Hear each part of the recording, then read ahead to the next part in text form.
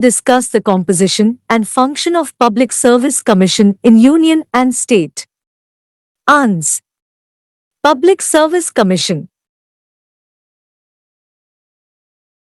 The Constitution provides for the establishment of Public Service Commission for the Union and for each state.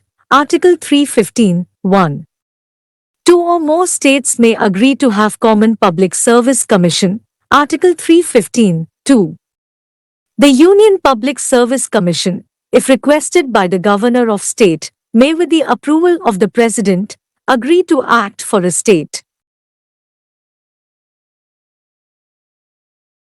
Appointment of members of Public Service Commission. The chairman and members of the Union Public Service Commission or a joint commission are appointed by the President and in the case of a state commission by the Governor. Article 316, 1. But as nearly as may be one half of the members of every Public Service Commission must be persons who at the dates of their appointments have held office for at least 10 years under the Government of India or the Government of a state.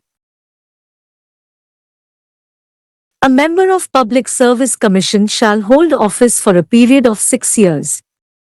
Unless he attains the age of 65 in case of Union Commission or 60 years in case of State Commission, whichever is earlier. If he attains the age of retirement, he has to retire even before the expiry of normal terms of 6 years. A member may himself resign from his office.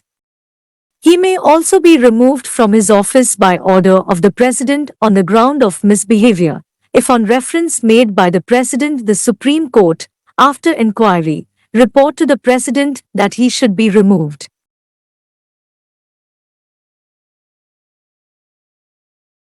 If the chairman or any other member of a Public Service Commission is or becomes in any way concerned or interested in any contract, agreement made by or on behalf of the Government of India or state government or participates in any way in the profits or emolument resulting from such contract or agreement, he shall be deemed to be guilty of misbehavior. Article 317, 1. Functions of Public Service Commission. It shall be the duty of the Union and the State Public Service Commission to conduct examinations for appointments. If requested by two or more states, it shall be obligatory on the Union Public Service Commission to assist them in devising of joint recruitment for services requiring special qualifications. The Union or State Commissions must be consulted. 1. In all matters relating to methods of recruitment to civil posts.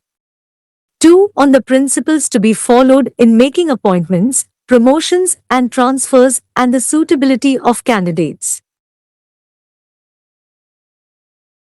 3. On disciplinary matters affecting a person in service under the central or state government. 4. On any claim by such a person for the costs incurred in defending legal proceedings instituted against him in respect of acts done or purporting to be done in the execution of his duty. 5. On any claim for compensation in respect of injuries sustained by a person while in service of the government. In all above matters, it shall be the duty of the Commission to advise. However, the President and the Governors make regulations specifying the matters in which, either generally or in any particular circumstances, the Commission may not be consulted. Article 203(3). The functions of Public Service Commission are only advisory, and the Constitution has no provision to make it obligatory upon the government to act upon the advice of the Commission in any case. Additional functions may be assigned to the Union and State Public Service Commission by an Act of Parliament and State Legislature. Article 321. The expenses of the Union or a State Public Service Commission and the salaries, allowances of its members are charged on the Consolidated Fund of India or state, as the case may be. Article 322. The commissions shall submit an annual report on the work done by them to the President or Governor, as the case may be. The reports are to be laid before the Parliament and the state legislatures, respectively, together with a memorandum as regards the cases where the advice of the Commission was not accepted and the reasons for such non-acceptance, Article 323, 1 and 2.